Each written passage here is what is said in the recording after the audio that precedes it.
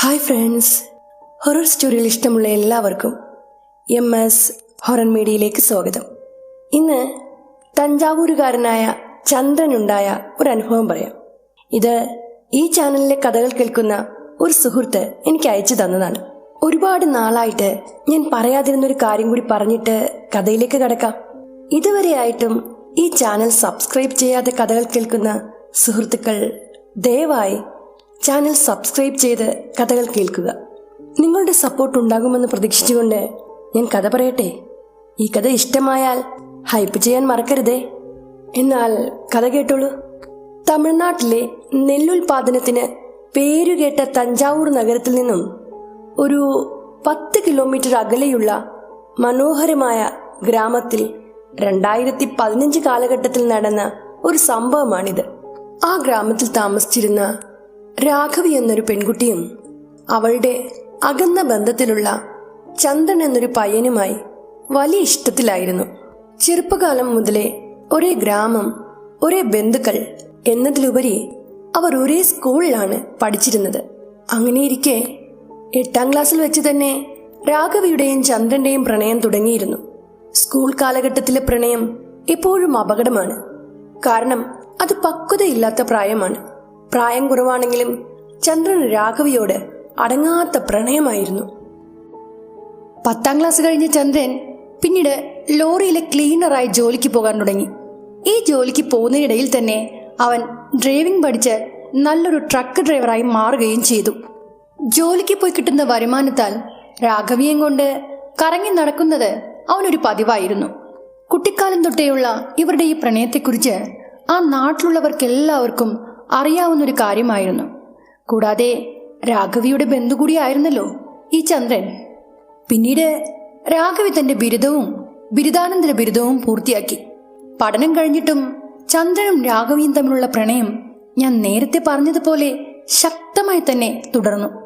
ഒടുവിൽ പഠനം പൂർത്തിയാക്കിയ രാഘവിക്ക് വീട്ടുകാർ വിവാഹം ഉറപ്പിക്കാൻ തീരുമാനിച്ചു.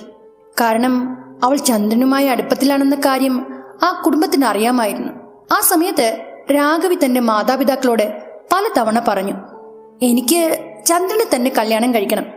എന്നാൽ ചന്ദ്രൻ പഠിക്കാത്തതും സാമ്പത്തികമായി അവരുടെ കുടുംബം കുറച്ച് പിന്നോക്കമായതും കാരണമാക്കി രാഘവിയുടെ വീട്ടുകാർ ഈ ബന്ധത്തിന് സമ്മതിച്ചില്ല. അവനുമായി അവളെ ചേർക്കില്ലെന്ന് അവർ ഉറപ്പിച്ചു പറഞ്ഞു. രാഘവിയെ കാര്യങ്ങൾ പറഞ്ഞ് മനസ്സിലാക്കാൻ അവളുടെ മാതാപിതാക്കൾ ശ്രമിച്ചുകൊണ്ടേയിരുന്നു. നീ ഉയർന്ന വിദ്യാഭ്യാസം നേടിയവളാണ്, നിനക്ക് എവിടെ പോയാലും നന്നായി ജീവിക്കാം. ഒരു ഡ്രൈവർ ജോലി ചെയ്യുന്ന ചന്ദ്രനെ കല്യാണം കഴിച്ചാൽ നിന്റെ ജീവിതം നശിച്ചു പോകത്തേയുള്ളൂ എന്ന് അവർ സമയം കിട്ടുമ്പോഴെല്ലാം അവളെ ഉപദേശിച്ചു. ഒരു ഘട്ടത്തിൽ രാഘവിയും ചന്ദ്രനെ വെറുക്കാൻ തുടങ്ങി. രാഘവി ചന്ദ്രനെ വെറുത്തു തുടങ്ങിയെങ്കിലും ചന്ദ്രന് അവളെ വിട്ടുകൊടുക്കാൻ കഴിയില്ലായിരുന്നു. ഏകദേശം 6 മാസത്തോളം പല ആലോചനകളും വരുന്നത് കണ്ടപ്പോൾ ചന്ദ്രൻ സ്വന്തം അച്ഛനോടും അമ്മയോടും വഴക്കിട്ടു. നമ്മുടെ ബന്ധുവായ പെണ്ണല്ലേ രാഘവി, നിങ്ങൾ ഒന്ന് പോയി ആലോചിച്ചു നോക്കൂ എന്ന് അവൻ അവരോട് പറഞ്ഞു. സ്വന്തം മകൻ പറയുന്നതല്ലേ, ബന്ധുക്കളുമാണല്ലോ എന്ന് കരുതി ചന്ദ്രന്റെ അച്ഛനും അമ്മയും രാഘവിയുടെ വീട്ടിൽ പോയി വിവാഹാലോചന നടത്തി. എന്നാൽ പെണ്ണ് ചോദിച്ചെത്തിയ ചന്ദ്രന്റെ മാതാപിതാക്കളെ രാഘവിയുടെ വീട്ടുകാർ മോശമായി സംസാരിച്ച് അപമാനിച്ചു. അവർ പറഞ്ഞത് ഇങ്ങനെയായിരുന്നു: അവൻ 10ാം ക്ലാസ് വരെ പഠിച്ചിട്ടുള്ളൂ, അതുകൂടാതെ വാടകയ്ക്ക് ഏതോ ട്രക്ക് ഓടിച്ചാണ് ജീവിതം മുന്നോട്ട് കൊണ്ടുപോകുന്നത്. എന്റെ മകളാണെങ്കിൽ ബിരുദാനന്തര ബിരുദം കഴിഞ്ഞവളാണ്, അവൾക്ക് അനുയോജ്യനായ പയ്യനല്ല നിന്റെ മകൻ. ഇങ്ങനെ പറഞ്ഞ് അവരെ അപമാനിച്ച് വീട്ടിൽ നിന്നും അവർ ഇറക്കി വിട്ടു. ഇവരുടെ ഈ പ്രണയബന്ധത്തെ ഇഷ്ടമില്ലാതിരുന്ന രാഘവിയുടെ മാതാപിതാക്കൾ എങ്ങനെയെങ്കിലും വേഗം വിവാഹം നടത്തണമെന്ന് തീരുമാനിച്ചു. മകൾക്ക് അനുയോജ്യനായ ഒരു വരനെ തേടി അവർ ധൃതിയിൽ അന്വേഷണങ്ങൾ തുടങ്ങി. ഏകദേശം 1 മാസത്തിനുള്ളിൽ തന്നെ രാഘവിയുടെ വിദ്യാഭ്യാസത്തിനും പദവിക്കും യോജിച്ച ഒരു പയ്യനെ അവർ കണ്ടെത്തി. വിനോദ് എന്നായിരുന്നു അവന്റെ പേര്. കോയമ്പത്തൂർ സ്വദേശിയായിരുന്നു അദ്ദേഹം. രാഘവിയെ പോലെ തന്നെ നല്ല വിദ്യാഭ്യാസം കഴിഞ്ഞ് IT മേഖലയിൽ ജോലി ചെയ്യുകയായിരുന്നു വിനോദ്. അങ്ങനെ രാഘവിയുടെയും വിനോദിന്റെയും വിവാഹ നിശ്ചയവും ഒരുക്കങ്ങളും നടന്നു. ഈ വിവാഹം എങ്ങനെയെങ്കിലും തടയാൻ ചന്ദ്രൻ ഒരുപാട് ശ്രമിച്ചു നോക്കി. എന്നാൽ രാഘവിയുടെ മനസ്സ് മാറിയിരുന്നതിനാലും വിനോദിനെ തന്നെ കല്യാണം കഴിക്കണമെന്ന വീട്ടുകാരുടെ തീരുമാനത്തിനാലും ചന്ദ്രൻ ഒന്നും ചെയ്യാൻ കഴിഞ്ഞില്ല. ഒടുവിൽ രാഘവിയുടെയും വിനോദിന്റെയും വിവാഹം ഭംഗിയായി നടന്നു. രാഘവിയും ചന്ദ്രനും തമ്മിലുള്ള പഴയ പ്രണയബന്ധത്തെക്കുറിച്ച് വിനോദിനൊന്നും തന്നെ അറിയില്ലായിരുന്നു. അവരങ്ങ് ദൂരെ താമസമാക്കിയതുകൊണ്ട് തന്നെ അത്തരം കാര്യങ്ങളൊന്നും അറിഞ്ഞില്ല. വിവാഹം കഴിഞ്ഞ ഉടനെ രാഘവിയും വിനോദും വിനോദിന്റെ സ്വന്തം നാടായ കോയമ്പത്തൂരിലേക്ക് താമസം മാറി. വിനോദിന് അവിടെ സ്വന്തം വീടുണ്ടായിരുന്നെങ്കിലും ഇവർ രണ്ടുപേരും ഒരു വാടക വീട്ടിൽ മാറി താമസിച്ചാണ് കുടുംബജീവിതം തുടങ്ങിയത്. തന്റെ കാമുകിയായിരുന്ന രാഘവി വിവാഹം കഴിഞ്ഞ് കോയമ്പത്തൂരിലേക്ക് പോയതോടെ ചന്ദ്രൻ പൂർണ്ണമായും മദ്യത്തിന് അടിമയായി. സ്കൂൾ കാലം തൊട്ടുള്ള പ്രണയമായിരുന്നിട്ടും അവൾ തന്നെ ചതിച്ചല്ലോ, തന്നെ ഇട്ടിട്ട് പോയല്ലോ എന്നൊക്കെ ഓർത്ത് മനസ്സ് തകർന്ന് അവൻ എപ്പോഴും മദ്യപിക്കാൻ തുടങ്ങി. രാഘവിയും വിനോദും തമ്മിലുള്ള വിവാഹത്തിന് 1 മാസം മുമ്പ് ചന്ദ്രൻ ഒരു കാര്യം ചെയ്തിരുന്നു. വാടക വണ്ടി ഓടിച്ചാണ് അവൻ ജീവിക്കുന്നത് എന്ന് രാഘവിയുടെ മാതാപിതാക്കൾ പരിഹസിച്ചതുകൊണ്ട് ചന്ദ്രൻ സ്വന്തമായി ഒരു സെക്കൻഡ് ഹാൻഡ് ലോറി വാങ്ങി വെച്ചിരുന്നു. സ്വന്തമായി ഒരു വണ്ടി ഉണ്ടെങ്കിൽ അവർ രാഘവിയെ കല്യാണം കഴിപ്പിച്ച് തരുമോ എന്ന് നോക്കാനായിരുന്നു അത്. എന്നാൽ അതിനുശേഷമാണ് പഠിപ്പില്ല എന്ന് കാരണം പറഞ്ഞ് അവന്റെ മാതാപിതാക്കളെ അവർ അപമാനിച്ച് വീട്ടിൽ നിന്ന് ഇറക്കി വിട്ടത്. ആ സമയത്ത് ലോൺ എടുത്ത് വാങ്ങിയ ആ ട്രക്ക് പോലും ചന്ദ്രൻ ശരിയായി ഉപയോഗിച്ചില്ല. തന്റെ കാമുകി വിവാഹം കഴിഞ്ഞു പോയല്ലോ എന്നോർത്ത് അവൻ മദ്യത്തിന്റെ അടിമയായി വീട്ടിൽ തന്നെ അങ്ങനെ ചടഞ്ഞുകൂടി.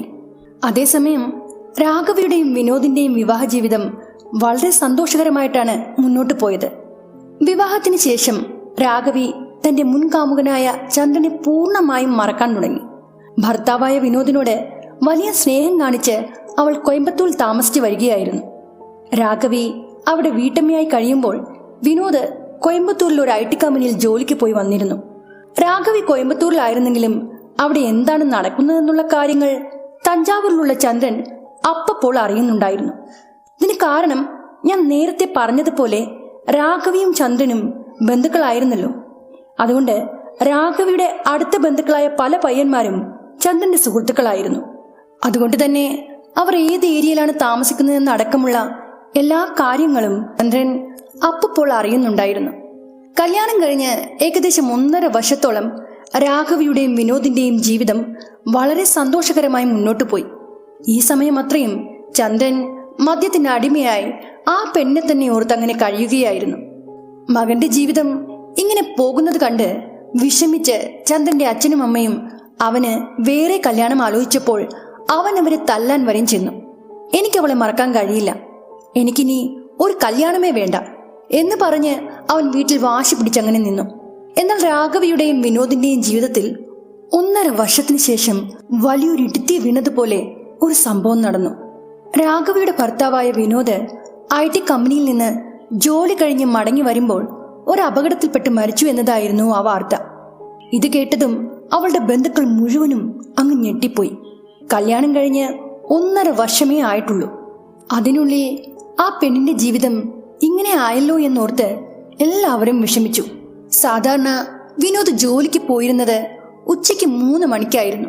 തിരികെ ബൈക്കിൽ വീട്ടിലെത്തുന്നത് രാത്രി 12 മണിക്കും 1 മണിക്കും ഇടയിലായിരുന്നു. അങ്ങനെ ഒരു ദിവസം രാത്രി 12:30 ബൈക്കിൽ വരുമ്പോൾ ഏതോ വണ്ടി ഇടിച്ച് വിനോദ് സംഭവ സ്ഥലത്ത് തന്നെ മരിച്ചു. ഈ വിവരം മാത്രമാണ് നാട്ടുകാർ അറിഞ്ഞത്. തുടർന്ന് ഗ്രാമവാസികൾ എല്ലാവരും ചേർന്ന് കോയമ്പത്തൂരിലെത്തി വിനോദിന്റെ അന്ത്യകർമ്മങ്ങൾ നടത്തി. രാഘവിക്ക് കുട്ടികളൊന്നും ഉണ്ടായിരുന്നില്ല. തന്റെ ജീവിതം ഇങ്ങനെ തകർന്നു പോയല്ലോ എന്നോർത്ത് കരഞ്ഞുകൊണ്ട് അവൾ തിരികെ തഞ്ചാവൂരിലെ സ്വന്തം ഗ്രാമത്തിലേക്ക്, അതായത് ചന്ദ്രൻ താമസിക്കുന്ന അതേ ഗ്രാമത്തിലേക്ക് തന്നെ മടങ്ങി വന്നു. വിനോദ് മരിച്ച വിവരം അറിഞ്ഞപ്പോൾ ചന്ദ്രന്റെ മനസ്സിന്റെ ഒരു കോണിൽ ചെറിയൊരു സന്തോഷം തോന്നി. എന്റെ പഴയ കാമുകി തിരിച്ചു വന്നല്ലോ, ഇനി എന്തായാലും അവളെ എനിക്ക് വിവാഹം കഴിച്ചു തരും എന്ന് അവൻ ഉള്ളാലെ വിചാരിച്ചു. എന്നാൽ ഗ്രാമത്തിൽ തിരിച്ചെത്തിയിട്ടും ഭർത്താവിനെ നഷ്ടപ്പെട്ട ദുഃഖത്തിലായിരുന്ന രാഘവി ചന്ദ്രനെ ഒന്ന് തിരിഞ്ഞു നോക്കുക പോലും ചെയ്തില്ല.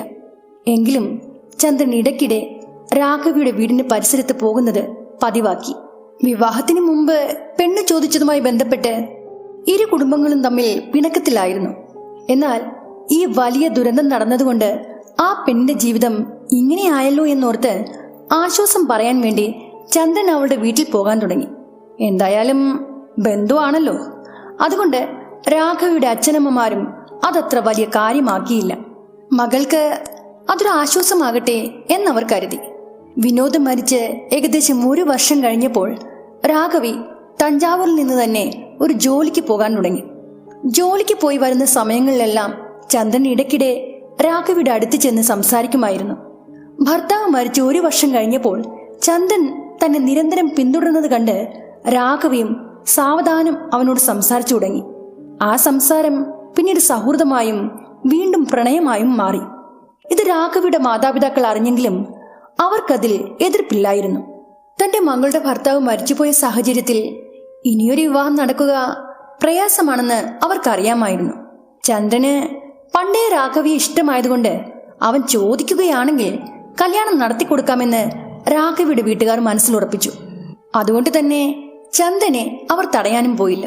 അവർ വിചാരിച്ചതുപോലെ തന്നെ വിനോദ് മരിച്ച് 1.5 വർഷം കഴിഞ്ഞപ്പോൾ ചന്ദ്രനും രാഘവിയും നല്ല സൗഹൃദത്തിലായി. ഒരു ദിവസം ചന്ദ്രൻ തന്റെ അച്ഛനോടും അമ്മയോടും ചെന്ന് വഴക്കിട്ടു. രാഘവിയുടെ ജീവിതം ഇങ്ങനെയായല്ലോ. എന്റെ ജീവിതത്തിൽ ഞാൻ ഒരാളെ കല്യാണം കഴിക്കുകയാണെങ്കിൽ അത് അവളെ മാത്രമായിരിക്കും. അതുകൊണ്ട് നിങ്ങൾ പോയി പെണ്ണ് ചോദിക്കണം. ഇപ്പോൾ അവർ സമ്മതിക്കും എന്നവൻ പറഞ്ഞു. മകൻ വേറെ ആരെയും വിവാഹം കഴിക്കില്ലെന്ന് വാശി പിടിക്കുന്നത് കണ്ട് ചന്ദ്രന്റെ മാതാപിതാക്കൾ വീണ്ടും രാഘവിയുടെ വീട്ടിൽ പോയി പുനർവിവാഹത്തെക്കുറിച്ച് സംസാരിച്ചു. അത് കേട്ടപ്പോൾ രാഘവിയുടെ മാതാപിതാക്കൾ ഒന്നും എതിർത്ത് പറഞ്ഞില്ല. വിനോദ് മരിച്ച് 1.5 വർഷത്തിന് ശേഷം ചന്ദ്രനും രാഘവിയും തമ്മിലുള്ള വിവാഹത്തിന് 2 കുടുംബങ്ങളും സമ്മതിച്ചു. വിവാഹ ഒരുക്കങ്ങൾ നടന്നുവെങ്കിലും അവർ ജാതകം നോക്കാൻ തയ്യാറായില്ല. ജാതകത്തിൽ എന്തെങ്കിലും തടസ്സം വരുമോ എന്ന് ചന്ദ്രൻ ഭയപ്പെട്ടിരുന്നു. ഒടുവിൽ തഞ്ചാവൂരിലെ ഒരു മണ്ഡപത്തിൽ വെച്ച് ഇവരുടെ വിവാഹം വളരെ ആഘോഷമായി തന്നെ നടന്നു. വിവാഹം കഴിഞ്ഞ് വീട്ടിലേക്ക് കയറുന്നതിന് മുമ്പ് ഒരു ആചാരമുണ്ടായിരുന്നു.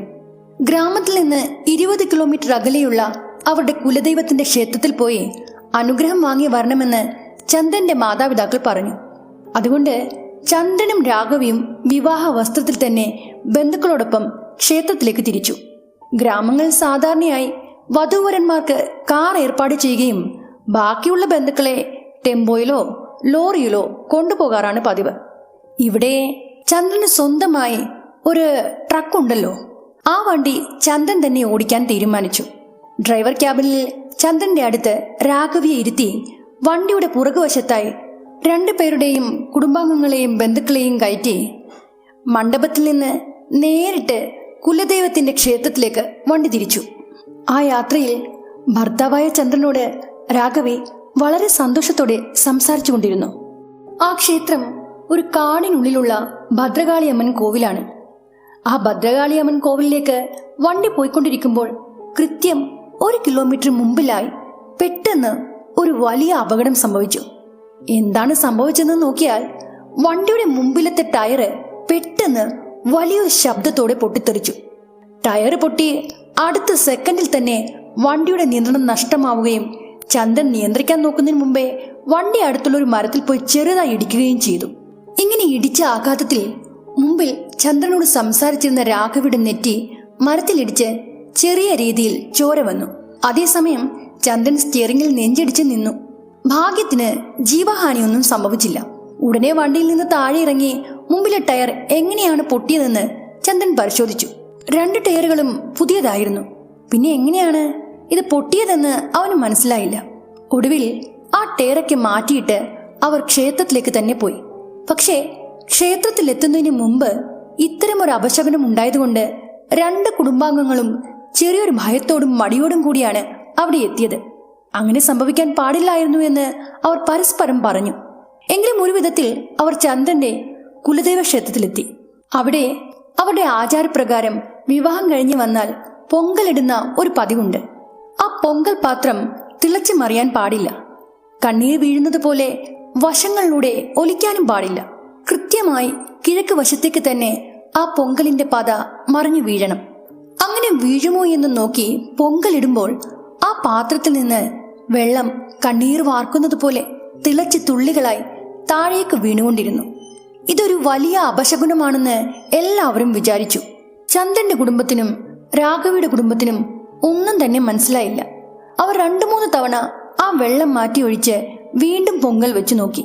പക്ഷേ ഓരോ തവണയും പഴയതുപോലെ തന്നെ കണ്ണീർ തുള്ളികൾ വീഴുന്നത് പോലെ വെള്ളം പുറത്തേക്ക് തെറിച്ചുകൊണ്ടേയിരുന്നു. ഒടുവിൽ പൂജാരി വന്ന് കുഴപ്പമില്ല എന്ന് പറഞ്ഞ് ആ പൊങ്കലെടുത്ത് അഭിഷേകവും പൂജകളെല്ലാം കഴിഞ്ഞ് മടങ്ങാനൊരുങ്ങുമ്പോൾ നേരത്തെ തന്നെ 2-3 അപശകനങ്ങൾ നടന്നല്ലോ എന്നോർത്ത് ചന്ദ്രന്റെ മാതാപിതാക്കൾക്ക് ഒരു ഭയം തോന്നി. അവർ വിവാഹത്തിന് മുമ്പ് ജാതകം നോക്കിയിരുന്നില്ലല്ലോ. അതുകൊണ്ട് ആ പൂജാരിയോട് ഒരു പ്രധാനപ്പെട്ട കാര്യം ചോദിക്കാൻ അവർ തീരുമാനിച്ചു. ആ ഭദ്രകാളിയമ്മൻ കോവിലിൽ പൂ ചോദിക്കുക എന്നൊരു ചടങ്ങുണ്ട്. ദൈവത്തിന്റെ വിഗ്രഹത്തിന്റെ തലയിൽ പൂ വയ്ക്കും.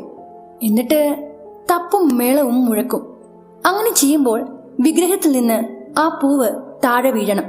അത് എത്ര സമയം കഴിഞ്ഞു വീഴുന്നു എന്നതിലാണ് കാര്യം. പൂവ് മലർന്നു വീണാൽ ഗുണകരമാണെന്നും എന്നാൽ കമിഴ്ന്നാണ് വീഴുന്നതെങ്കിൽ ആ കുടുംബത്തിന് എന്തോ ആപത്ത് വരാനുണ്ടെന്നുമാണ് വിശ്വാസം. അതുകൊണ്ട് പൂ ചോദിച്ചു നോക്കാം എന്ന് ചന്ദ്രന്റെ അച്ഛനും അമ്മയും പറഞ്ഞു. ചന്ദ്രന് അത് തടയാൻ കഴിഞ്ഞില്ല. അവനത് സമ്മതിച്ചു. തുടർന്ന് ആ ഭദ്രകാളിയമ്മൻ വിഗ്രഹത്തിന് മേൽ അരളിപ്പൂവ് വെച്ച് മേളം മുഴക്കാൻ തുടങ്ങി. പക്ഷെ 1/2 മണിക്കൂർ 1 മണിക്കൂർ കഴിഞ്ഞിട്ടും ആ പൂവ് താഴെ വീഴുന്നില്ല. അത് അവിടെ തന്നെ ഒട്ടിപ്പിടിച്ചിരിക്കുന്നത് പോലെ ഇരുന്നു. വിഗ്രഹത്തിന്റെ തുമ്പത്ത് വരെ പൂവ് എത്തിയെങ്കിലും താഴേക്ക് വീഴുന്നില്ല. അപ്പോൾ തന്നെ ചന്ദ്രന് മനസ്സിലായി എന്തോ വലിയൊരു അപകടം നടക്കാൻ പോകുന്നു എന്ന്. ഏകദേശം 1.5 മണിക്കൂർ കഴിഞ്ഞ് മേളം കൊഴുത്തപ്പോൾ ആ പൂവ് ദൂരേക്ക് തെറിച്ച് കമിഴ്ന്നു വീണു. അത് മാത്രമല്ല, സാധാരണ പൂവിനൊപ്പം ഒരു നാരങ്ങ കൂടി വിഗ്രഹത്തിന് മേൽ വെക്കാറുണ്ട്. ആ നാരങ്ങ സാവധാനം ഉരുണ്ടു വീണാൽ പ്രശ്നമില്ല. എന്നാൽ ചിലപ്പോൾ അത് ഗർഭഗൃഹത്തിന് വെളിയിലേക്ക് ദൂരേക്ക് തെറിച്ച് വീഴാറുണ്ട്. അങ്ങനെ സംഭവിച്ചാൽ അത് ആ കുടുംബത്തിന് വലിയ ആപത്താണെന്ന് പറയപ്പെടും. അങ്ങനെ ആ അരളിപ്പൂവ് കമിഴ്ന്ന് വീണതിന് പിന്നാലെ ആ നാരങ്ങയും വിഗ്രഹത്തിൽ നിന്ന് ദൂരേക്ക് തെറിച്ച് ഗർഭഗൃഹത്തിന്റെ പുറത്തേക്ക് വന്നു വീണു. ഇത് കണ്ടതും ചന്ദ്രന്റെ കുടുംബം ആകെ പേടിച്ചു പോയി. നടക്കുന്നതെല്ലാം അപശകനങ്ങളാണല്ലോ എന്നോർത്ത് അവരുടെ ചങ്ക് തകർന്നു. ഇവിടേക്ക് വരുമ്പോൾ വണ്ടിയുടെ ടയർ പൊട്ടി. രാഘവിയുടെ നെറ്റിയിൽ നിന്നും ചോര ഒലിച്ചിറങ്ങി. പൊങ്കലിട്ടപ്പോൾ അത് കണ്ണീർ വാർക്കുന്നത് പോലെ തിളച്ചു തൂവി താഴേക്ക് വീണു. ഇപ്പോൾ ദാ ദൈവത്തിന് മുന്നിൽ വെച്ച പൂവ് കമഴ്ന്നു വീഴുകയും നാരങ്ങ ദൂരേക്ക് തെറിക്കുകയും ചെയ്തിരിക്കുന്നു. മനസ്സ് നൊന്ത് മറ്റു വഴിയില്ലാതെ 2 കുടുംബക്കാരും വീട്ടിലേക്ക് മടങ്ങാൻ തുടങ്ങി. തിരികെ വണ്ടി ഓടിക്കുമ്പോൾ ചന്ദ്രൻ രാഘവിയോട് ഒന്നും സംസാരിച്ചില്ല. അവന്റെ മുഖത്ത് വലിയൊരു മാനസിക വിഷമം നിഴലിക്കുന്നുണ്ടായിരുന്നു. എന്തോ ഗൗരവമായ കാര്യം ചിന്തിച്ചുകൊണ്ടാണ് അവൻ വണ്ടി ഓടിച്ചത്. അവർ ക്ഷേത്രത്തിൽ നിന്ന് ഇറങ്ങുന്ന സമയത്ത് പൂജാരി ചന്ദ്രന്റെ അച്ഛനെയും അമ്മയെയും വിളിച്ച് ഒരു പ്രധാന കാര്യം പറഞ്ഞു. നടന്നതെല്ലാം അപശകുനങ്ങളാണ്. ചിലപ്പോൾ ഞാൻ കരുതുന്നത് ശരിയായിരിക്കാം. ഈ പെണ്ണിന് ഇത് 2ാം വിവാഹമാണല്ലോ. അതുകൊണ്ട് നിങ്ങൾ ഒരു കാര്യം ചെയ്യണം. ഒരാഴ്ച കഴിഞ്ഞ് ഇവർ 2 പേരെയും രാമേശ്വരത്ത് കൊണ്ടുപോയി ഒരു ചെറിയ പരിഹാര പൂജ നടത്തണം. ആ പരിഹാരത്തെക്കുറിച്ച് പൂജാരി വിശദീകരിച്ചു. ഒരു സ്ത്രീക്ക് പുനർവിവാഹം നടത്തുമ്പോൾ വരനെ ഒരു വാഴയുടെ അടുത്തിരുത്തും. ആ വാഴയെ ഒരു പെണ്ണായി സങ്കല്പിച്ച് വരൻ അതിലൊരു താലി കെട്ടണം. താലി കെട്ടിയ ഉടനെ വരൻ തന്നെ ഒരു കൊടുവാളെടുത്ത് ആ വാഴ വെട്ടി വീഴ്ത്തണം. അതിനുശേഷം വേണം സ്വന്തം ഭാര്യയുടെ കഴുത്തിൽ 2ാമത് താലി കെട്ടാൻ. വാഴയെ വെട്ടി വീഴ്ത്തുന്നതോടെ വരന്റെ ആദ്യ ഭാര്യ മരിച്ചു എന്നാണ് സങ്കല്പം. അപ്പോൾ അയാൾക്കും അത് 2ാം വിവാഹമായി മാറും. വധുവിനും ഇത് 2ാം വിവാഹമായതുകൊണ്ട് ജാതക ദോഷങ്ങൾ മാറിക്കോളും. പൂജാരി പറഞ്ഞതനുസരിച്ച് ഒരാഴ്ചയ്ക്ക് ശേഷം ചന്ദ്രനെയും രാഘവിയെയും കൂട്ടി കുടുംബം രാമേശ്വരത്തേക്ക് പോയി. അവിടെ വെച്ച് പരിഹാര പൂജ നടത്തി. ചന്ദ്രനെ ഇരുത്തി വാഴക്കന്നിന് താലി കെട്ടാൻ പറഞ്ഞു. അവൻ താലി കെട്ടി. തുടർന്ന് ആ താലി കെട്ടിയ ഭാഗം മുറുകെ പിടിച്ചുകൊണ്ട് കൊടുവാള് കൊണ്ട് വാഴ വെട്ടാൻ പറഞ്ഞു. ചന്ദ്രൻ കൊടുവാൾ ഓങ്ങി വാഴ വെട്ടി 2 കഷ്ണമാക്കി. പക്ഷേ വാഴ വെട്ടുന്നതിനിടയിൽ ആ മൂർച്ചയുള്ള കൊടുവാള് തെന്നി ചന്ദ്രന്റെ കയ്യിൽ തന്നെ ആഴത്തിൽ മുറിവേറ്റു. കയ്യിൽ നിന്ന് ചോര വാർന്നൊഴുകാൻ തുടങ്ങി. ഇത് കണ്ട് രാഘവി ആകെ ഞെട്ടിപ്പോയി. ചോര നിൽക്കാതെ വന്നതോടെ പൂജ പാതി വഴിയിൽ നിർത്തി അടുത്തുള്ള ക്ലിനിക്കിൽ അയാളെ കൊണ്ടുപോയി. ചന്ദ്രന്റെ കയ്യിൽ തുന്നലുകൾ ഇടേണ്ടി വന്നു. ഒരു പരിഹാര പൂജക്കിടയിലും ഇങ്ങനെ രക്തച്ചൊരിച്ചിൽ ഉണ്ടായല്ലോ എന്ന് കണ്ട് പൂജാരി പോലും അമ്പരന്നു പോയി. എങ്കിലും പൂജകൾ പൂർത്തിയായി എന്ന് പറഞ്ഞ് അദ്ദേഹം അവരെ പറഞ്ഞയച്ചു. തിരികെ വരുമ്പോഴും ചന്ദ്രന്റെ കുടുംബത്തിന് വലിയ ആശങ്കയായിരുന്നു. എന്തുകൊണ്ടാണ് ഇത്രയധികം തടസ്സങ്ങൾ ഉണ്ടാവുന്നത്? ഇനിയൊരു പക്ഷേ ഈ സംഭവങ്ങളെല്ലാം മരിച്ചുപോയ രാഘവിയുടെ ആദ്യ ഭർത്താവായ വിനോദിന്റെ ആത്മാവിന്റെ ശല്യം കൊണ്ടാണോ? അവന്റെ ആത്മാവ് ഗതികിട്ടാതെ അലയുകയാണോ? അതുകൊണ്ടാണോ ഇങ്ങനെ തുടരെ അപശകുനങ്ങൾ ഉണ്ടാവുന്നത്? ഇങ്ങനെയൊക്കെയായിരുന്നു രണ്ടു കൂട്ടരുടെയും ചിന്തകൾ. രാഘവിയും ചന്ദ്രനും രാമേശ്വരത്ത് പരിഹാര പൂജയ്ക്ക് പോകുന്നതിന് മുമ്പുള്ള ആ ഒരാഴ്ചക്കാലം അവർ ദാമ്പത്യ ജീവിതം തുടങ്ങിയിരുന്നില്ല.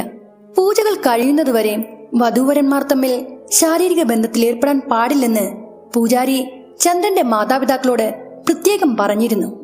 അതുകൊണ്ട് തന്നെ ആ ഒരാഴ്ച അവർ രണ്ടുപേരെയും അകറ്റി തന്നെയാണ് നിർത്തിയിരുന്നത്. രാമേശ്വരത്തെ പരിഹാര പൂജകൾ കഴിഞ്ഞ് തിരിച്ചെത്തിയ അന്നത്തെ രാത്രിയാണ് അവരുടെ ആദ്യ രാത്രിയായി നിശ്ചയിച്ചിരുന്നത്. ഏകദേശം 1 മണിക്കൂറോളം അവർ രണ്ടുപേരും സംസാരിച്ചിരുന്നു. അതിനുശേഷം അവർ ദാമ്പത്യത്തിലേക്ക് കടക്കാൻ ശ്രമിക്കുമ്പോൾ അതുവരെ നന്നായി സംസാരിച്ചു കൊണ്ടിരുന്ന രാഘവിക്ക് പെട്ടെന്ന് കഠിനമായ വയറുവേദന അനുഭവപ്പെട്ടു. വയറുവേദനിക്കുന്നു എന്ന് പറഞ്ഞ് അവൾ ഉറക്കെ കരയാൻ തുടങ്ങി. ചന്ദ്രനാണെങ്കിൽ ഒന്നും മനസ്സിലായില്ല. അതുവരെ സന്തോഷവതിയായിരുന്നവൾക്ക് പെട്ടെന്ന് ഇതെന്ത് പറ്റി? ഒരുപക്ഷെ രാമേശ്വരത്ത് പോയി വന്ന ദൂരയാത്രയുടെ ക്ഷീണമാകാം, അല്ലെങ്കിൽ അവിടെ നിന്ന് ഭക്ഷണം കഴിച്ചത് വയറ്റിൽ പിടിക്കാഞ്ഞതുകൊണ്ടാവാം ഇങ്ങനെ സംഭവിക്കുന്നതെന്ന് അവൻ കരുതി. വേദന സഹിക്കാൻ കഴിയാതെ വന്നതോടെ ചന്ദ്രൻ തന്റെ അച്ഛനെയും അമ്മയെയും വിളിച്ചു. അന്നത്തെ രാത്രി അവർക്ക് ഒന്നിക്കാനായില്ല. ആ ഒരു ദിവസം മാത്രമുള്ള പ്രശ്നമായിരിക്കും ഇതെന്നാണ് അവർ കരുതിയത്. എന്നാൽ അടുത്ത 10 ദിവസവും ഇത് തന്നെ തുടർന്നു. എപ്പോഴൊക്കെ ചന്ദ്രൻ രാഘവിയെ ശാരീരികമായി സമീപിക്കാൻ ശ്രമിക്കുന്നുവോ അപ്പോഴൊക്കെ രാഘവി വയറുവേദനിക്കുന്നു എന്ന് പറഞ്ഞ് ഉച്ചത്തിൽ നിലവിളിക്കാൻ തുടങ്ങും. ചന്ദ്രൻ ആകെ ആശയക്കുഴപ്പത്തിലായി. തന്റെ ആദ്യ ഭർത്താവ് മരിച്ച് 1.5 വർഷത്തിന് ശേഷം വീണ്ടും പ്രണയിച്ചാണല്ലോ രാഘവി എന്നെ കല്യാണം കഴിച്ചത്. എന്നിട്ട് ഞാൻ അടുത്തു വരുമ്പോൾ മാത്രം അവൾ വയറുവേദന എന്ന് പറയുന്നത് എന്താണ്? അവൾ ഇപ്പോഴും വിനോദിനെ ഓർത്ത് എന്നെ ഒഴിവാക്കുകയാണോ എന്നവൻ സംശയിച്ചു. എങ്കിലും അവളോട് അത് നേരിട്ട് ചോദിക്കാനൊന്നും അവന് കഴിഞ്ഞില്ല. ഒടുവിൽ 10 ദിവസം കഴിഞ്ഞു പോയി. ഒരു രാത്രി നന്നായി മദ്യപിച്ച ശേഷം ചന്ദ്രൻ മുറിയിലെത്തി. രാഘവിയോട് ചോദിച്ചു, എന്താണ് നിനക്ക് സംഭവിക്കുന്നത്? ഞാൻ നിന്നെ തൊടാൻ വരുമ്പോഴൊക്കെ വയറ് വേദനിക്കുന്നു എന്ന് പറയുന്നത് സത്യമാണോ, അതോ നീ കള്ളം പറയുന്നതാണോ? അത് കേട്ടതും രാഘവി പൊട്ടിക്കരഞ്ഞു. അവൾ പറഞ്ഞു, നിങ്ങൾ എപ്പോഴൊക്കെ എന്നെ തൊടാൻ വരുന്നുവോ അപ്പോഴൊക്കെ എന്റെ വയറുവേദന കൂടുകയാണ്. എനിക്കിത് എങ്ങനെ പറയണമെന്ന് അറിയില്ല. ഞാൻ നിങ്ങളെ പറഞ്ഞു പറ്റിക്കുന്നതല്ല. ഞാൻ പറയുന്നത് സത്യം മാത്രമാണ്. രാഘവി പറയുന്നത് സത്യമാണെന്ന് അവളുടെ മുഖഭാവത്തിൽ നിന്ന് ചന്ദ്രന് മനസ്സിലായി. തന്റെ ഭാര്യയെ തൊടാൻ പോകുമ്പോൾ മാത്രം എങ്ങനെയാണ് ഈ വയറുവേദന വരുന്നതെന്ന് ആലോചിച്ച് ചന്ദ്രൻ വലിയ ആശയക്കുഴപ്പത്തിലായി. ഇതിലെന്തോ പന്തികേടുണ്ടെന്ന് അവൻ ഉറപ്പിച്ചു. വല്ലാത്ത മാനസിക വിഷമത്തിലായ ചന്ദ്രൻ അടുത്ത ദിവസം രാവിലെ തന്നെ തന്റെ അടുത്ത സുഹൃത്തിനോട് നടന്ന കാര്യങ്ങളെല്ലാം വള്ളി പുള്ളി വിടാതെ പറഞ്ഞു. അത് കേട്ടപ്പോൾ സുഹൃത്ത് ഒരു ഉപദേശം നൽകി. മച്ചാനെ, ഇതിലെന്തോ തകരാറുണ്ട്. ആ പെണ്ണിന്റെ ആദ്യ ഭർത്താവ് മരിച്ചു പോയതല്ലേ? ചിലപ്പോൾ അയാളുടെ ആത്മാവിന്റെ കളിയായിരിക്കാം ഇതെല്ലാം. നീ ഒരു കാര്യം ചെയ്യ്. അടുത്തുള്ള മുനീശ്വരൻ കോവിലിൽ വെളിച്ചപ്പാട് തുള്ളുന്ന ഒരിടമുണ്ട്. അവിടെ പോയാൽ ഇതിന്റെ കാരണം അവർ പറഞ്ഞു തരും. സുഹൃത്തിന്റെ വാക്കുകൾ കേട്ടപ്പോൾ ചന്ദ്രന് നേരത്തെ ഉണ്ടായിരുന്ന സംശയങ്ങൾ ഒന്നുകൂടി ബലപ്പെട്ടു. അവൻ നേരെ ആ മുനീശ്വരൻ കോവിലിലേക്ക് പോയി. കാടിനുള്ളിലുള്ള ഒരു കാവിലായിരുന്നു ആ സംഭവം നടക്കുന്നത്. വെള്ളിയാഴ്ച അർദ്ധരാത്രിയിൽ മാത്രമാണ് അവിടെ വെളിച്ചപ്പാടുണ്ടാവുക. ചന്ദ്രൻ അവിടെ പോയി നാരങ്ങയൊക്കെ വാങ്ങി വരിയിൽ അങ്ങനെ കാത്തുനിന്നു. അവന്റെ ഊഴമെത്തിയപ്പോൾ മുനീശ്വരന്റെ അരുളപ്പാടുമായി നിൽക്കുന്ന ആ വെളിച്ചപ്പാട് ചന്ദ്രനെ കണ്ടതും കയ്യിലിരുന്നൊരു വടി കൊണ്ട് അവനെ ആഞ്ഞു തല്ലാൻ തുടങ്ങി. എന്തിനാണ് തന്നെ അടിക്കുന്നതെന്ന് പോലും ചന്ദ്രന് മനസ്സിലായില്ല. വന്ന കാര്യം പോലും ചോദിക്കാതെ ആ വെളിച്ചപ്പാട് അവന് ക്രൂരമായി അടിച്ചു. നീ വലിയൊരു കൊടും പാപിയാണ്. നീ ഇവിടുന്ന് ഇറങ്ങിപ്പൊക്കോളൂ. നീ ചെയ്ത തെറ്റിന് നിനക്ക് മരണം നിശ്ചയമാണ് എന്ന് ആ വെളിച്ചപ്പാട് ആക്രോശിച്ചു. ഒന്നും മനസ്സിലാവാതെ ചന്ദ്രൻ വിറച്ചുപോയി. വടികൊണ്ടുള്ള അടി സഹിക്കാൻ വയ്യാതെ വന്നതോടെ കോവിലിലെ ജീവനക്കാർ ചന്ദ്രനെ അവിടെ നിന്നും പുറത്താക്കി. ഇവൻ എന്റെ അടുത്ത് വരാൻ പോലും യോഗ്യനല്ല, ഇവനെ പുറത്താക്കൂ എന്ന് വെളിച്ചപ്പാട് വിളിച്ചു പറഞ്ഞുകൊണ്ടേയിരുന്നു. കൊണ്ടുവന്ന നാരങ്ങ പോലും അവിടെ ഉപേക്ഷിച്ച് അടി പേടിച്ച് ചന്ദ്രൻ പുറത്തേക്ക് ഓടിപ്പോയി. അവൻ ഓടുമ്പോൾ ആ വെളിച്ചപ്പാട് വിളിച്ചു പറഞ്ഞു, നീ ചെയ്ത തെറ്റിന് നിനക്ക് മരണം ഉറപ്പാണ്. ഇത് കേട്ടതോടെ ചന്ദ്രനുള്ളിൽ വലിയ ഭയം തോന്നി. എവിടെയോ എന്തോ വലിയ തെറ്റ് സംഭവിച്ചിട്ടുണ്ടെന്ന് അവന് മനസ്സിലായി. മനസ്സാകെ തകർന്ന ചന്ദ്രൻ വണ്ടി സ്റ്റാൻഡിൽ കൊണ്ടിട്ടു. സമയം അപ്പോൾ പാതിരാത്രി കഴിഞ്ഞിരുന്നു. ഏറെ കൊതിച്ച് സ്വന്തമാക്കിയ തന്റെ ഭാര്യ കൂടെ ഉണ്ടായിട്ടും അവളെ തൊടാൻ കഴിയാത്തതും കോവിൽ വെച്ച് തല്ല് കിട്ടിയതും താൻ മരിക്കാൻ പോവുകയാണെന്ന പ്രവചനവും എല്ലാം കൂടി ആലോചിച്ച് അവൻ അല്പം മദ്യപിച്ചു. അങ്ങനെ പാതിരാത്രി കഴിഞ്ഞതോടെ അവൻ വീട്ടിലെത്തി. വണ്ടി പുറത്ത് നിർത്തിയിട്ടതിന് ശേഷം ഹാളും കടന്ന് രാഘവി കിടക്കുന്ന മുറിയിലേക്ക് കയറി. മദ്യത്തിന്റെ ലഹരിയിലുള്ളിലേക്ക് കടന്ന ചന്ദ്രൻ അവിടെ കണ്ടത് ഭയാനകമായ ഒരു കാഴ്ചയായിരുന്നു. രാഘവി ആരോടോ സംസാരിക്കുകയാണ്. ആ സംസാരത്തിന് ഒരു പ്രത്യേകതയുണ്ടായിരുന്നു. വളരെ പതിഞ്ഞുള്ള ഒരുതരം സംസാരമായിരുന്നു അത്. ഇടയ്ക്കിടയ്ക്ക് അവളുടെ ചില ഞരക്കങ്ങളും കേട്ടു. തന്റെ ബെഡ്റൂമിൽ രാഘവിയോടൊപ്പം താനല്ലാതെ പിന്നെ ആരാണുള്ളതെന്ന് അറിയാനായി കതകിന്റെ വിടവിലൂടെ അകത്തേക്ക് എത്തിനോക്കിയ ചന്ദ്രൻ ജീവിതത്തിൽ ഒരിക്കലും കാണാൻ ആഗ്രഹിക്കാത്ത ആ കാഴ്ച കണ്ട് ഞെട്ടിത്തരിച്ചുപോയി. രാഘവി അർദ്ധനഗ്നയായിരുന്നു. അവളുടെ അടുത്ത് കിടന്നിരുന്നത് രാഘവിയുടെ മരിച്ചുപോയ ഭർത്താവായ വിനോദിന്റെ വെളുത്ത പുക പോലെയുള്ള ഒരു സുതാര്യമായ രൂപമായിരുന്നു. വിനോദിന്റെ ആത്മാവ് രാഘവിയെ ബലമായി കീഴ്പ്പെടുത്തുകയായിരുന്നു. തന്റെ ഭാര്യയുടെ ആ അവസ്ഥ കണ്ട് ചന്ദ്രൻ അലറി വിളിച്ചു. ശബ്ദം കേട്ട് അടുത്ത മുറിയിൽ കിടന്നിരുന്ന ചന്ദ്രന്റെ അച്ഛനും അമ്മയും ഓടി വന്നു. അവർ പെട്ടെന്ന് മുറിയിലേക്ക് കയറിയാൽ തന്റെ ഭാര്യ അർദ്ധനഗ്നയായിരിക്കുന്നത് അവർ കാണുമല്ലോ എന്ന് അവൻ ഭയപ്പെട്ടു. ചന്ദ്രൻ അവരെ തടഞ്ഞു നിർത്തി. അതേസമയം ചന്ദ്രൻ ശബ്ദമുണ്ടാക്കിയതോടെ വിനോദിന്റെ ആത്മാവ് വായുവിൽ അലിഞ്ഞു പോകുന്നത് പോലെ പെട്ടെന്ന് അപ്രത്യക്ഷമായി. തുടർന്ന് ചന്ദ്രൻ തന്റെ അമ്മയെ മാത്രം മുറിക്കുള്ളിലേക്ക് പറഞ്ഞു വിട്ടു. അമ്മ അകത്ത് ചെന്ന് നോക്കിയപ്പോൾ രാഘവി അർദ്ധനഗ്നയായി കട്ടിലിൽ കിടക്കുകയായിരുന്നു. ഉടനെ ഒരു പുതപ്പെടുത്ത് അവളെ പുതപ്പിച്ച ശേഷം ചന്ദ്രനും അമ്മയും ചേർന്ന് അവളെ വിളിച്ചുണർത്തി. എന്തു പറ്റി നിനക്കെന്ന് അവർ ചോദിച്ചപ്പോൾ അവൾ മറുപടിയൊന്നും പറയാതെ കുഴഞ്ഞ് കട്ടിലിലേക്ക് വീണു. അവൾക്ക് വയ്യായിരിക്കും, അവൾ വിശ്രമിക്കട്ടെ എന്ന് പറഞ്ഞുകൊണ്ട് അമ്മ പുറത്തേക്ക് പോയി. നടന്ന കാര്യങ്ങളൊന്നും ചന്ദ്രൻ തന്റെ അമ്മയോട് പറഞ്ഞില്ല. അവളുടെ മരിച്ചുപോയ ഭർത്താവിന്റെ ആത്മാവ് ഇങ്ങനെയൊക്കെ ചെയ്തുവെന്ന് പറയാൻ അവന് കഴിഞ്ഞില്ല. അന്ന് രാത്രി മുഴുവനും ചന്ദ്രൻ ഉറങ്ങിയില്ല. അവൻ കട്ടിലിനരികിൽ തന്നെ അങ്ങനെ ഇരുന്നു. മരിച്ചുപോയ ഒരാളുടെ ആത്മാവ് ഒരു സ്ത്രീയോട് ഇങ്ങനെ ചെയ്യാൻ കഴിയുമോ എന്നോർത്ത് അവൻ ഭയന്നുപോയി. പുലർച്ചെ 5:30 രാഘവി ഉറക്കമുണർന്നു. തൊട്ടരികിലിരുന്ന ചന്ദ്രനെ കണ്ട് അവൾ പുഞ്ചിരിച്ചു. അവളുടെ വസ്ത്രങ്ങൾ നേരെയാക്കി അവൾ കിടക്ക വിട്ടെണീറ്റു. കതക് തുറന്ന് പുറത്തേക്കിറങ്ങാൻ തുനിഞ്ഞ രാഘവിയോട് ചന്ദ്രൻ ചോദിച്ചു, രാത്രി എന്താ ഉണ്ടായത്? ചന്ദ്രന്റെ ആ ചോദ്യം കേട്ട് രാഘവി നാണത്തോടെ പറഞ്ഞു, അയ്യോ, നിങ്ങൾ ചുമ്മാ തമാശ കളിക്കില്ലേ. രാത്രി നിങ്ങൾ തന്നെയല്ലേ എന്റെ കൂടെ ഉണ്ടായിരുന്നത്. ഇത് കേട്ടതും ചന്ദ്രന്റെ ഉള്ളൊന്നു പിടഞ്ഞു. താൻ മുറിയിലേക്ക് വരുമ്പോൾ ആ ആത്മാവായിരുന്നു അവളോടൊപ്പം ഉണ്ടായിരുന്നത്. പക്ഷേ അത് താനായിരുന്നു എന്ന് അവൾ വിശ്വസിക്കുന്നു. ആ ആത്മാവ് തന്റെ രൂപം എടുത്തതാണോ അതോ അവളുടെ മനസ്സിനെ നിയന്ത്രിച്ചാണോ അങ്ങനെ ചെയ്തതെന്ന് അവന് മനസ്സിലായില്ല. ഇത് ആരോടെങ്ങനെ പറയും? സത്യം പറഞ്ഞാൽ രാഘവി വിശ്വസിക്കുമോ? ആകെ തകർന്നുപോയ ചന്ദ്രൻ വീണ്ടും മദ്യപിക്കാൻ തുടങ്ങി. നടന്ന കാര്യങ്ങൾ ആരോടെങ്കിലും പറയണമെന്നുണ്ടെങ്കിലും അവൻ അതിനുള്ള ധൈര്യം ഉണ്ടായിരുന്നില്ല. അന്നവൻ ജോലിക്ക് പോയില്ല. അടുത്ത ദിവസം രാത്രി വൈകി മദ്യപിച്ച് തന്റെ വണ്ടിയുമായി അവൻ ഗ്രാമത്തിലേക്ക് വരികയായിരുന്നു. ഏകദേശം അർദ്ധരാത്രി 12 മദ്യലഹരിയിൽ മൂത്രമൊഴിക്കാനായി വണ്ടി റോഡരികിൽ ഒതുക്കി നിർത്തിയ ചന്ദ്രൻ തിരികെ വണ്ടിയിൽ കയറി. ട്രക്ക് സ്റ്റാർട്ട് ചെയ്ത് കുറച്ച് മുന്നോട്ട് പോയപ്പോൾ അവൻ അറിയാതെ ഇടതുവശത്തെ പാസഞ്ചർ സീറ്റിലേക്ക് ഒന്ന് തിരിഞ്ഞു നോക്കി. അവിടെ കണ്ട കാഴ്ച ചന്ദ്രനെ അക്ഷരാർത്ഥത്തിൽ ഞെട്ടിച്ചു കളഞ്ഞു.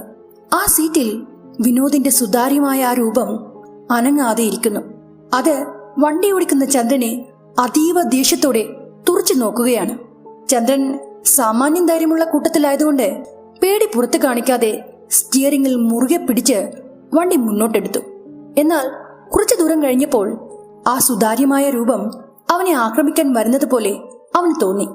പേടിച്ചു പോയ ചന്ദ്രൻ വണ്ടി ഓടിച്ചുകൊണ്ടിരിക്കെ തന്നെ തന്റെ ഇടതുകാൽ ഉയർത്തി ആ സീറ്റിലിരുന്ന രൂപത്തെ ചവിട്ടാൻ ശ്രമിച്ചു. എന്നാൽ അവൻ കാല് നീട്ടിയ അടുത്ത നിമിഷം ആ അദൃശ്യ ശക്തി ചന്ദ്രന്റെ കാലോടെ വലിച്ചുയർത്തി വണ്ടിക്ക് പുറത്തേക്ക് എടുത്തെറിഞ്ഞു. ഓടിക്കൊണ്ടിരുന്ന വണ്ടിയിൽ നിന്ന് തെറിച്ചു വീണ ചന്ദ്രൻ റോഡരികിലെ ഒരു വലിയ കല്ലിൽ തലയിടിച്ചു വീണു. നിയന്ത്രണം വിട്ട വണ്ടി വേഗത്തിൽ പോയി ഒരു മരത്തിലിടിച്ചു തകർന്നു. കല്ലിൽ തലയിടിച്ചു വീണ ചന്ദ്രൻ ബോധരഹിതനായി. ആ വഴിയിൽ വന്ന മറ്റ് യാത്രക്കാർ അവനെ കണ്ട് ആംബുലൻസ് വിളിച്ച് ആശുപത്രിയിൽ എത്തിച്ചു. വിവരമറിഞ്ഞ രാഘവിയും ചന്ദ്രന്റെ മാതാപിതാക്കളും ഓടി ആശുപത്രിയിലെത്തി. ബോധം തെളിഞ്ഞ ചന്ദ്രനെ കണ്ട് രാഘവി പൊട്ടിക്കരഞ്ഞു. നിങ്ങൾക്ക് എന്താണ് സംഭവിച്ചത്? എങ്ങനെയാണ് ഈ അപകടമുണ്ടായത് എന്നവൾ ചോദിച്ചപ്പോൾ ചന്ദ്രൻ ഒന്നും മിണ്ടിയില്ല. അവൻ രാഘവിയെ നോക്കുന്ന നോട്ടം തന്നെ മാറിപ്പോയിരുന്നു. വല്ലാത്തൊരു ദേഷ്യത്തോടെയാണ് അവൻ അവളെ നോക്കിയത്. തന്റെ ഭർത്താവ് എന്തിനാണ് തന്നെ ഇങ്ങനെ നോക്കുന്നതെന്ന് രാഘവിക്ക് മനസ്സിലായില്ല. എന്നാൽ സത്യം അതായിരുന്നില്ല. ചന്ദ്രനെ വണ്ടിയിൽ നിന്ന് പുറത്തേക്ക് വലിച്ചെറിഞ്ഞ ആ നിമിഷം തന്നെ വിനോദിന്റെ ആത്മാവ് ചന്ദ്രന്റെ ശരീരത്തിൽ പ്രവേശിച്ചിരുന്നു.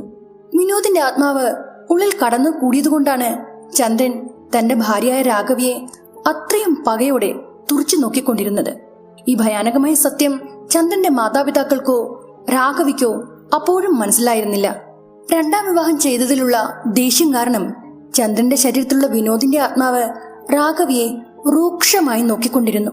ആശുപത്രിയിൽ നിന്ന് ഡിസ്ചാർജായി വന്നപ്പോൾ പോലും അവൻ രാഘവിയോട് സംസാരിക്കാനോ അവളെ നോക്കാനോ തയ്യാറായില്ല. ഡോക്ടർമാരോട് ചോദിച്ചപ്പോൾ തലയിൽ അടിയേറ്റതിന്റെ ആഘാതം കാരണമാണ് ഇങ്ങനെയെന്നും കുറച്ചു ദിവസം കഴിയുമ്പോൾ എല്ലാം ശരിയാകുമെന്നും അവർ രാഘവിയെ ആശ്വസിപ്പിച്ചു. വീട്ടിലെത്തിയിട്ടും ചന്ദ്രൻ ആരോടും സംസാരിച്ചില്ല. ഏകദേശം 3-4 ദിവസത്തിന് ശേഷം ഒരു രാത്രിയിൽ മരുന്നുകളെല്ലാം നൽകി രാഘവി ചന്ദ്രനോടൊപ്പം ഉറങ്ങാൻ കിടന്നു. അപകടത്തിന്റെ പരിക്കും വേദനയും ഉണ്ടായിരുന്നിട്ടും അന്ന് രാത്രി ചന്ദ്രൻ രാഘവിയെ ശാരീരികമായി സമീപിക്കാൻ ശ്രമിച്ചു. രാഘവി അതിനെ എതിർത്തതുമില്ല. അങ്ങനെ ചന്ദ്രനും രാഘവിയും തമ്മിലുള്ള ആദ്യത്തെ ദാമ്പത്യ ബന്ധം അവിടെ നടക്കുകയാണ്. ആ സമയത്ത് പെട്ടെന്ന് ചന്ദ്രൻ വളരെ ആവേശത്തോടെയും ക്രൂരമായും പെരുമാറാൻ തുടങ്ങി. സഹിക്കാൻ കഴിയാതെ രാഘവി എന്താണ് നിങ്ങൾ ഇങ്ങനെയൊക്കെ ചെയ്യുന്നതെന്ന് ചോദിച്ചുകൊണ്ട് ബെഡിൽ നിന്നും ഉരുണ്ട് പിരുണ്ട് എണീറ്റു. അപ്പോൾ 1-2 സെക്കൻഡ് നേരത്തേക്ക് ചന്ദ്രന്റെ മുഖത്തിന് പകരം വിനോദിന്റെ മുഖമാണ് അവൾ അവിടെ കണ്ടത്.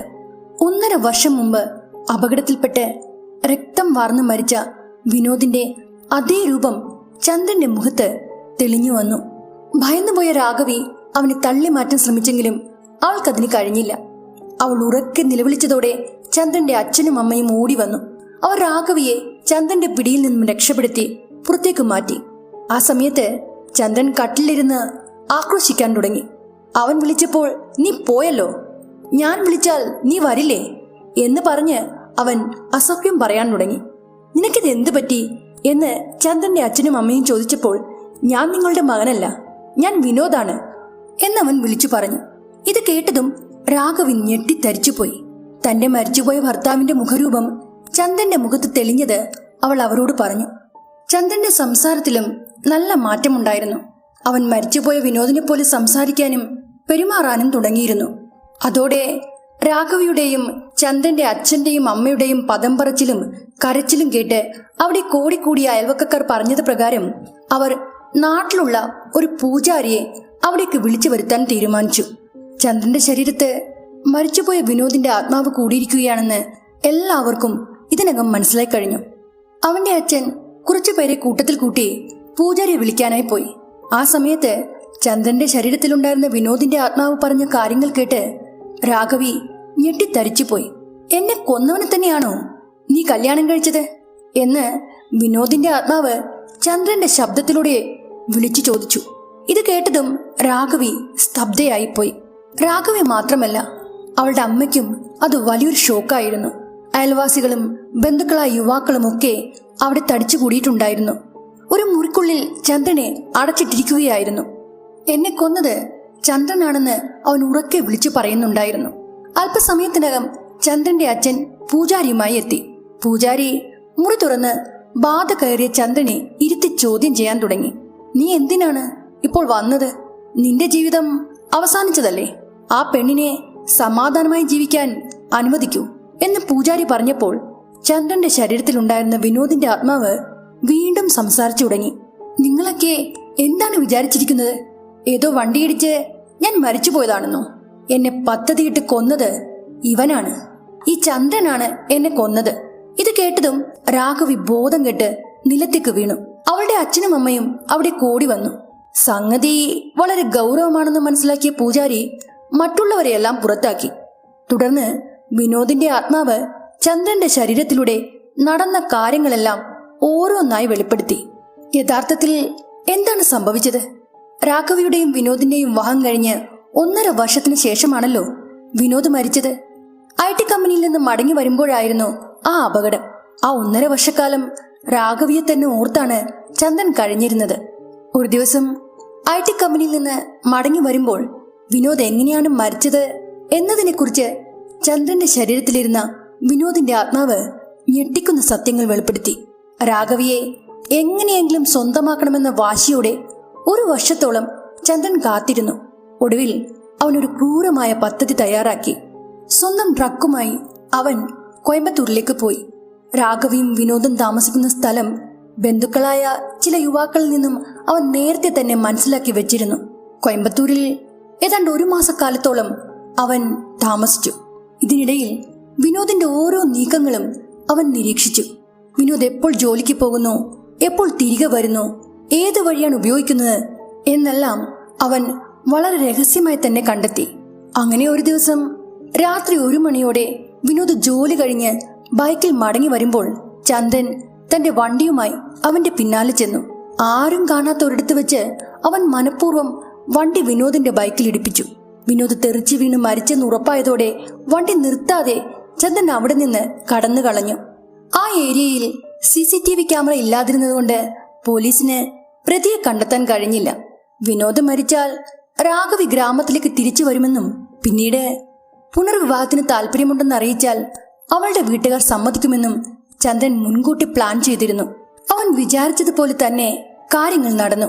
എന്നാൽ തന്റെ മരണം ഒരു അപകടമല്ല, കൊലപാതകമാണെന്ന് ലോകത്തോട് വിളിച്ചു പറയാൻ വിനോദിന്റെ ആത്മാവ് ചന്ദ്രന്റെ ശരീരത്തിലൂടെ തന്നെ തിരിച്ചു വന്നു. ഇക്കാര്യങ്ങളെല്ലാം ചന്ദ്രൻ വിനോദിന്റെ ശബ്ദത്തിൽ വിളിച്ചു പറയുന്നത് കേട്ട് അവിടെയുള്ളവരെല്ലാവരും സ്തംഭിച്ചുപോയി. ചന്ദ്രന്റെ അച്ഛനും അമ്മയും ആകെ തകർന്നുപോയി. എന്നാൽ അവിടെ കൂടിയിരുന്ന ബന്ധുവായ ഒരു യുവാവ് ഈ സംസാരങ്ങളെല്ലാം ശ്രദ്ധിക്കുന്നുണ്ടായിരുന്നു. അവൻ ഉടൻ തന്നെ പോലീസിന് വിവരം അറിയിച്ചു.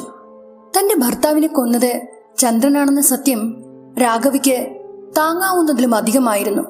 ലോക്കൽ പോലീസ് ഉടൻ തന്നെ കോയമ്പത്തൂർ പോലീസിന് വിവരം അറിയിച്ചു. തുടർന്ന് അവിടെ നിന്നെത്തിയ പോലീസ് സംഘം ചന്ദ്രനെ അറസ്റ്റ് ചെയ്തു. അറസ്റ്റ് ചെയ്യുമ്പോൾ ചന്ദ്രൻ സാധാരണ നിലയിലായിരുന്നു. ഈ ഞെട്ടിക്കുന്ന സത്യങ്ങൾ പുറത്തു വന്നതോടെ രാഘവിയെ അവളുടെ മാതാപിതാക്കൾ സ്വന്തം വീട്ടിലേക്ക് കൂട്ടിക്കൊണ്ടുപോയി. നടന്ന കാര്യങ്ങളിൽ എത്രത്തോളം സത്യമുണ്ടെന്ന് അറിയുന്നതുവരെയും അവൾ കൂടെ നിൽക്കട്ടെ എന്ന് അവർ തീരുമാനിച്ചു.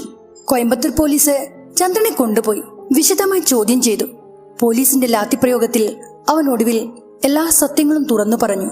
വിനോദിന്റെ ആത്മാവ് ചന്ദ്രന്റെ ശരീരത്തിലിരുന്ന് എങ്ങനെയൊക്കെയാണോ കാര്യങ്ങൾ വിവരിച്ചത് അതേപടി തന്നെ ചന്ദ്രനും എല്ലാം സമ്മതിച്ചു. താൻ ആസൂത്രിതമായി ചെയ്ത കൊലപാതകമാണെന്ന് അവൻ കുറ്റസമ്മതം നടത്തി. തുടർന്ന് കോടതിയിൽ ഹാജരാക്കിയ ചന്ദ്രന് ജീവപര്യന്തം തടവ് ശിക്ഷ വിധിച്ചു. 2015 നടന്ന ഈ സംഭവം അന്ന് വാർത്തകളിൽ ഇടം പിടിച്ചിരുന്നു. എന്നാൽ ആ വാർത്തകളിൽ ബാധ കൂടിയ കാര്യങ്ങളൊന്നും ഉണ്ടായിരുന്നില്ല. താൻ പ്രണയിച്ച പെണ്ണിനെ മറ്റൊരാൾ വിവാഹം കഴിച്ചതിലുള്ള വൈരാഗ്യം മൂലം ഭർത്താവിനെ കൊലപ്പെടുത്തിയ യുവാവ് എന്ന നിലയിലാണ് വാർത്ത വന്നത്. ഈ സംഭവത്തെക്കുറിച്ചുള്ള നിങ്ങളുടെ അഭിപ്രായങ്ങൾ മറക്കാതെ കമന്റ് ബോക്സിൽ രേഖപ്പെടുത്തുക. എന്നാൽ അടുത്ത കഥയുമായി എത്തുന്നതുവരേക്കും വിട.